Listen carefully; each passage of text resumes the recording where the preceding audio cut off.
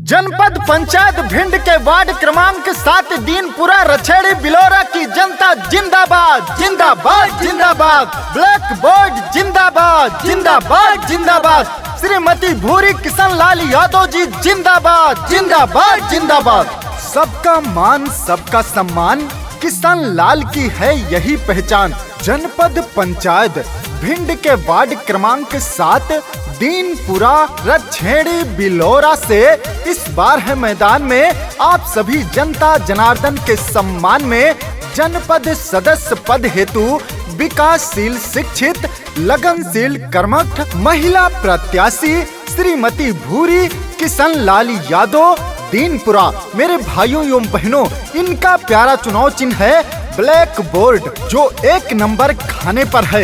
1 जुलाई को polling booth पे जाना है तो केवल ब्लैक बोर्ड पर मोहर लगाकर श्रीमती भूरी किशन लाल यादव जी को अपना जनपद सदस्य बनाना है। अपने जनपद पंचायत भिंड के वार्ड क्रमांक 7 दीनपुरा रछेड़ी बिलोरा में विकास की गंगा बहाना है।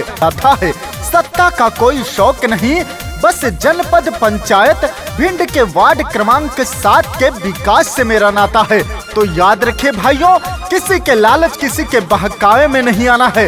इस बार भूरी किशन लाल यादव जी को अपना जनपद सदस्य बनाना है।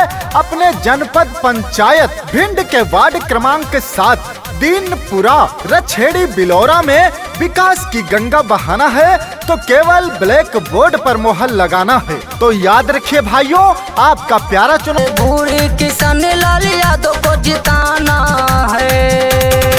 चाचा चाची का प्यारा चुनाव चिन्ह ब्लैक बोर्ड, दादा दादी का प्यारा चुनाव चिन्ह ब्लैक बोर्ड, गरीब मजदूर किसानों का प्यारा चुनाव चिन्ह ब्लैक बोर्ड, अम्मा बहनी का प्यारा चुनाव चिन्ह ब्लैक बोर्ड, आपके भाई, आपके बेटे किशन लाल यादव का प्यारा चुनाव चिन्ह ब्लैक बोर्ड। तो याद रखिए भाइयों, इस बार केवल ब्लैक बोर्ड पर मोहर लगाना है। 1 जुलाई को पोलिंग बूथ पे जाना है तो ब्लैक बोर्ड नहीं भुलाना है। ब्लैक बोर्ड पर मोहर लगाकर श्रीमती भूरी किशन लाल यादव को जिताना है। आपका प्यारा चुनाव चिन्ह ब्लैक भूरी किशन लाल यादव जी का वादा है, जब हम जनपद सदस्य बनेंगे तो अपने जनपद पंचायत भिंड के वार्ड क्रमांक 7 दीनपुरा रछेड़ी बिलोरा में पक्की सड़क बनवाने का काम करेंगे, पक्की नाली बनवाने का काम करेंगे, गरीबों को आवास देने का काम करेंगे, विधवा विकलांग वृद्धा पेंशन पात्रित लोगों का बनवाने का काम करेंगे, शिक्षा की उत्तम व्यवस्था करेंगे, शुद्ध पेयजल हर घर तक पहुंचाएंगे।